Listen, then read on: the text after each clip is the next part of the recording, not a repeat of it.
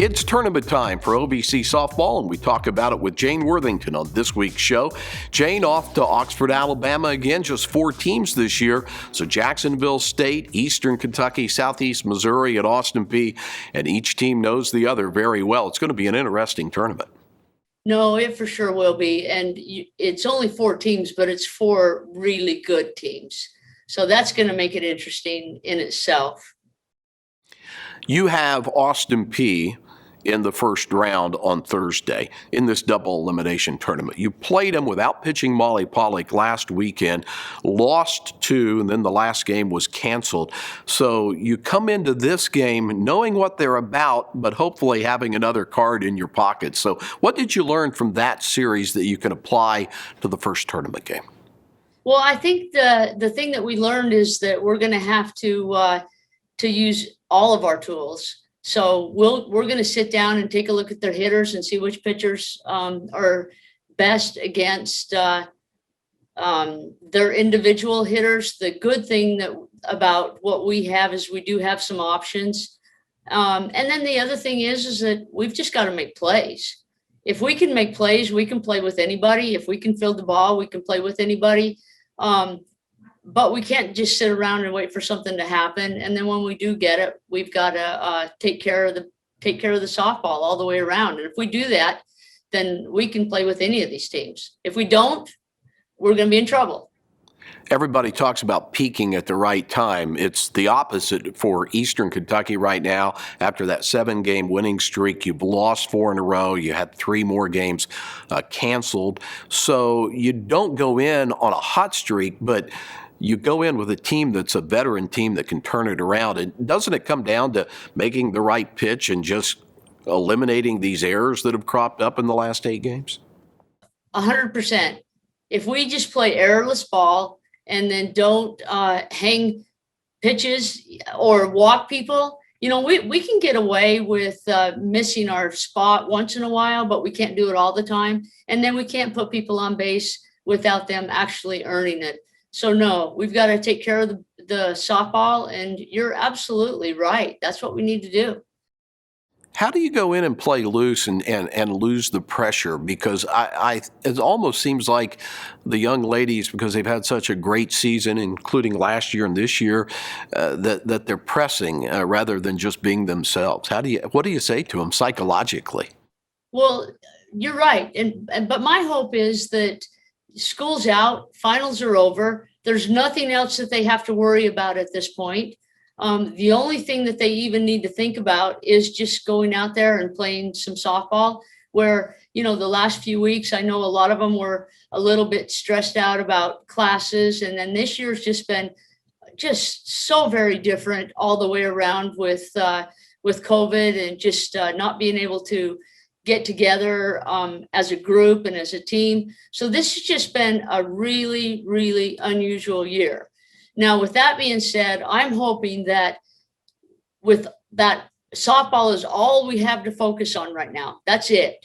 And so maybe that will help, because in the back of their mind, they're not thinking about what they need to do in this class to get their A or to pass the class or whatever it might be. And we can go down there and we can just enjoy it. Oxford's a nice setting.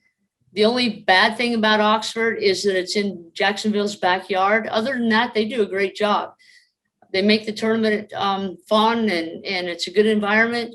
So really, if we can just decide that it's just softball and it's a game of pitch and catch, we should be okay. But if we put more pressure on ourselves and start worrying about the last 4 losses that we've had, then that could be a problem. So my hope is that we can just start new.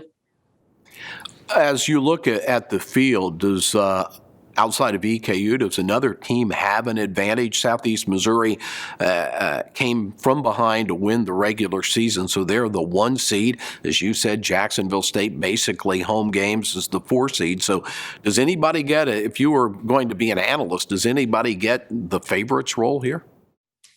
I don't think so. I think that no matter which team you play, they're all equally talented. SEMO might be, they ended up in first. They ended up in first for a reason. But they're very beatable. I mean, you saw it. We beat them twice. A lot of teams have beaten them on their third day, which means that, in my opinion, it means that their pitcher's really, really good the first outing, and then maybe the next time you see him, she's not quite as effective.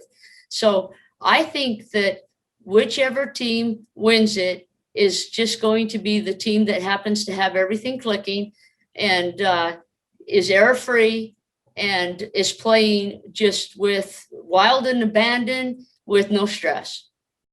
Well, Jane, it's been a great year, no matter what happens in Oxford, but I hope you can put a cherry on the sundae down in Oxford and get to the NCAA tournament. Good luck to you and your team. Well, thank you. Thank you very much. All right, that is Jane Worthington. Let's take a look at the bracket. Here's what's ahead. Thursday, May 13th, number 1 Southeast Missouri against 4 seed Jacksonville State in the 2 o'clock Eastern time game. Then the Colonels take on Austin Peay in the 6 o'clock game. If Eastern wins, it plays in the 11 o'clock game Friday. If it loses, it plays in the 3 o'clock game, an elimination game at 7. And then it would be title Saturday if the weather holds, with game at 1, and if need be in this double elimination, another game at 3. Let's hope the Colonels are playing on Saturday. When we come back, we'll stay on the softball theme and talk with a great student athlete who won a big award and has been a big contributor, Zoe Mahalis, the catcher of the Colonels, next here on Inside EKU Sports.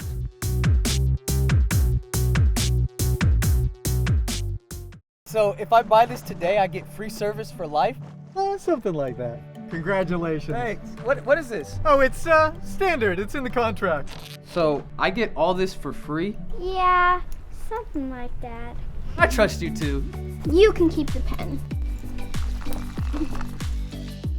Everything okay? I'm just looking for the string. The books are 100% free, no strings attached. All the books an undergraduate will need, all free.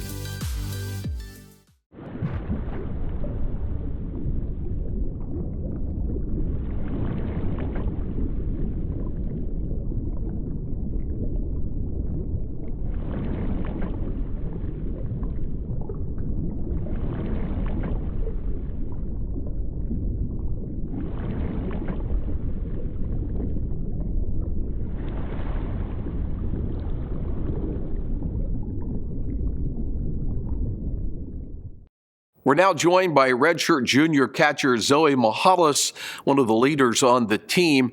So off to the OVC tournament you go, and you have started every game you've played in 4 years. So this is kind of a culmination and a big deal, isn't it? It is. Pressure or excitement or both? A little bit of both. I don't think that you can be excited without feeling that a little bit of pressure on your shoulders and use that and channel that as your excitement. So mostly excitement, but. It's one thing to play all the games, but to do it as a catcher behind the plate, the extra gear, the crouching down, always having to be locked in. Have you always played catcher? Do you feel like it takes a different mentality than other positions on the field?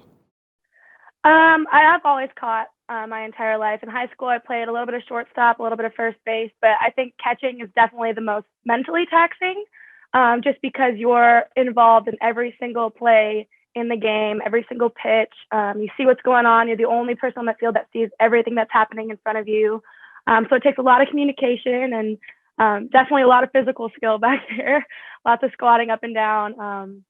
But yeah, like with the positions that I've played, I definitely would say catching is the most mentally and physically taxing, but I wouldn't have it any other way. You catch 2 seniors in Tori Peterson, Molly Pollock. It's nice to have a battery together on the field that knows each other and have been together for a long time. Are they different? I mean, because one of them, like Tori's a ground ball pitcher, Molly's a strikeout pitcher, the rise ball, so you have to adjust to the 2 different pitchers.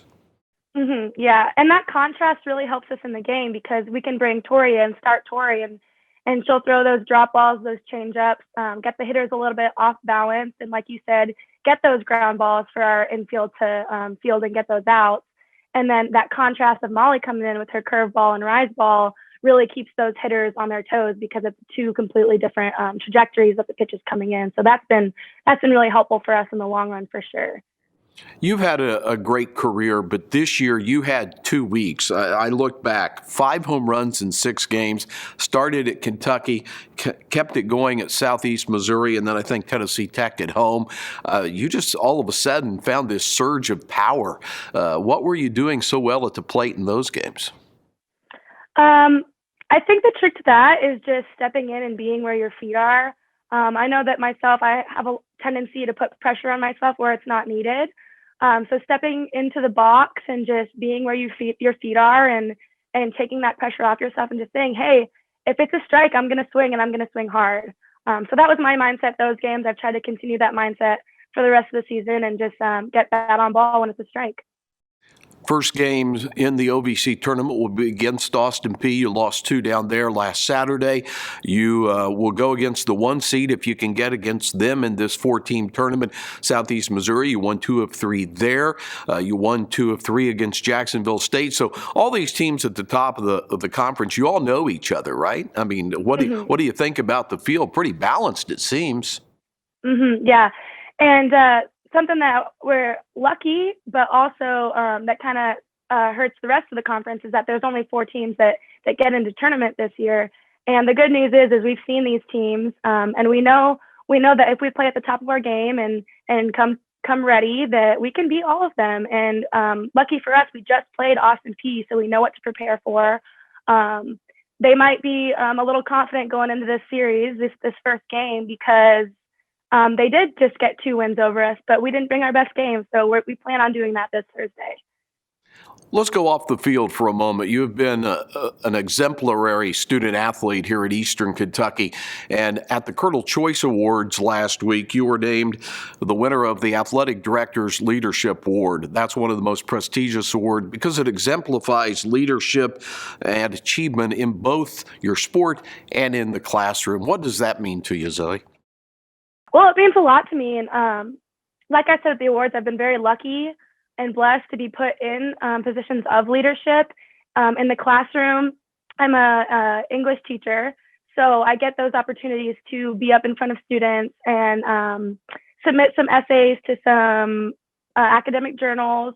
And so I've had really great professors that have allowed me to be put in that situation. And then the coaches here, Harley, an academic advisor, they've also put me in positions of leadership. And so I'm really blessed with that, and that I get to work with all these people that have the same mindset and want to better themselves and others around them. And you're also on the Student Advisory Committee for Athletics. Tell me about your position there. Yep. So I'm the president of the Student Athletic Advisory Committee, which is, in dumbed down terms, it's just a student council for athletes. So I am the voice of the athletes. We have 2 reps per team, and we come in and we do some fundraising, we do some events. We work on getting some athlete participation at other games. So we go support each other, and it's been good. It's been really fun. Definitely difficult with COVID, but I really like having that position and working with all the athletes and the teams. The athletics director, Matt Rung, congratulated the students for how they handled and were examples for dealing with COVID. As you said, it's been a difficult year, but I think EKU's knocked it out of the park, hasn't it, the way it's handled it? I mean, hardly any games canceled, but we did it safely. Absolutely, we did. And like I said, we've figured out how to cheat the system a little bit. So we come for practice, we go for weights, but everything else with our team, I know it's been pretty COVID friendly. We'll pick up food. We never go out to eat. And then same thing with SAC. All of our meetings have been online, which is unfortunate, but also fortunate that we have Zoom to be able to do that with, to plan some events, online events. I think all the student athletes here have done a really good job of staying safe and following COVID protocol. You going to be a teacher after you graduate? What do you want to do with your English teaching degree? I want to teach high school. Preferably 11th or 12th grade, get them ready for college, kind of continue their love for reading and writing. I know it's not usually students' favorite classes, but doing it in a fun way, in a respectful way where they can continue to want to read and write for the rest of their life. Well, I'm the son of a longtime English teacher, and I couldn't diagram a sentence if my life depended on it. So, but it is important to be able to write, and especially in these days where everybody's on their phone. I mean, it can be a lost art, and I know you'll bring it well when you get in the classroom. Do you want to coach as well, or just teach? I wouldn't be opposed to coaching. I think my first couple of years I'll get in there, get settled, and then see where it takes me. I think I would like to coach high school athletes for sure. Sounds awesome. Good luck in the OVC tournament. I know it's always a goal of every young lady to make the NCAA softball tournament, and I know you guys have a good chance this year. Thank you. All right. Good luck in Oxford, Alabama.